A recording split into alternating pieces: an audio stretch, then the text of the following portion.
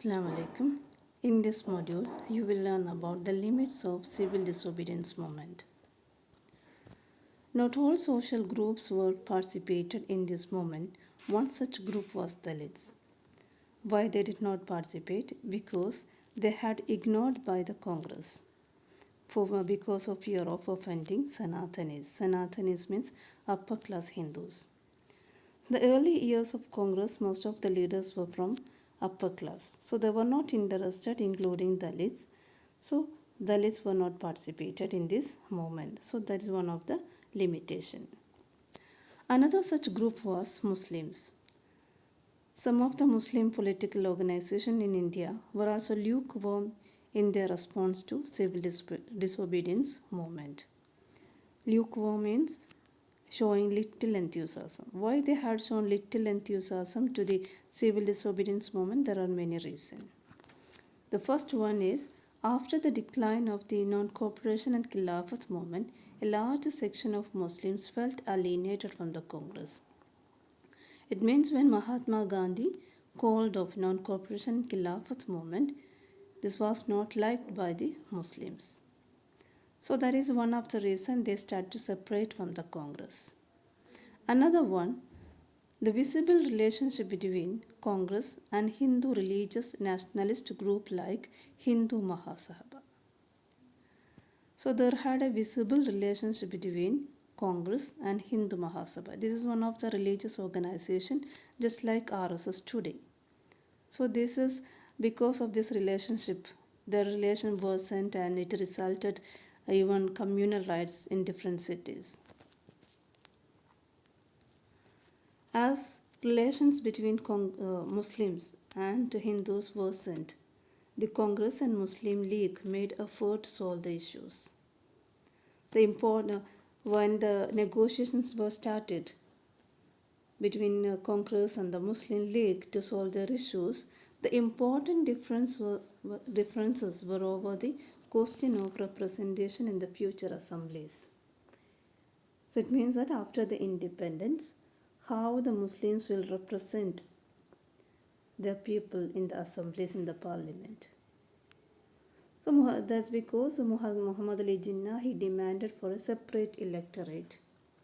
Electorate means all the people in a country or an area entitled to vote in an election. So that means people who have the right to vote. So Muhammad Ali Jinnah demanded for a separate electorate for the Muslims. And he was ready to give up this demand if Muslims were given reserved seats in the Central Assembly and also representation. They should be given representation in proportion to population in the Muslim dominated province. As we all know, we are deciding MPs, the number of MPs or MLAs in a state or in a country as per the population. So in proportion to population of Muslims in a Muslim dominated province, they should be given representation in the Central Assembly. So once he demanded for a separate electorate and he was ready to give up that demand if the Muslims given reserved seats in the Central Assembly and also representation should be given in proportion to population, that also in the Muslim dominated province like Bengal and Punjab. But M.R. Jagger of the Hindu Mahasabha strongly opposed effort at compromise. So when the civil disobedience movement started, there was thus an atmosphere of suspicion and distrust between communities. So this is another limitation of civil disobedience movement. You have seen how Congress were considered Dalits, but Mahatma Gandhi was different.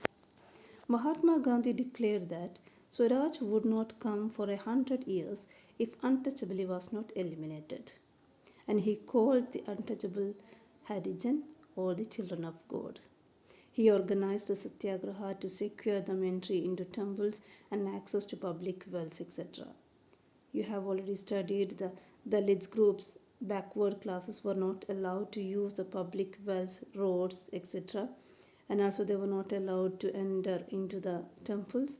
So Mahatma Gandhi secured their rights. To secure their rights, he organized a satyagraha. He himself cleaned toilets to dignify the work of the sweepers and persuaded upper caste to change their hurt and give up the sin of untouchability. Mahatma Gandhi himself cleaned, he had shown to others the importance of each work. Each work has its own importance.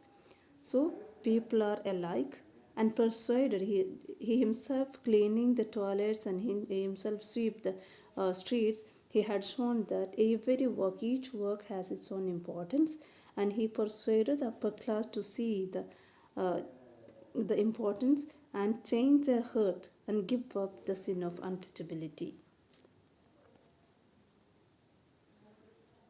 Not only Mahatma Gandhi, many Dalit leaders were also keen on different political solutions to the problems of the community.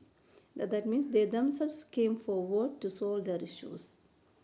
They began organizing themselves, demanding reserved seats in educational institutions and a separate electorate that would choose Dalit members for a legislative council to solve the issues.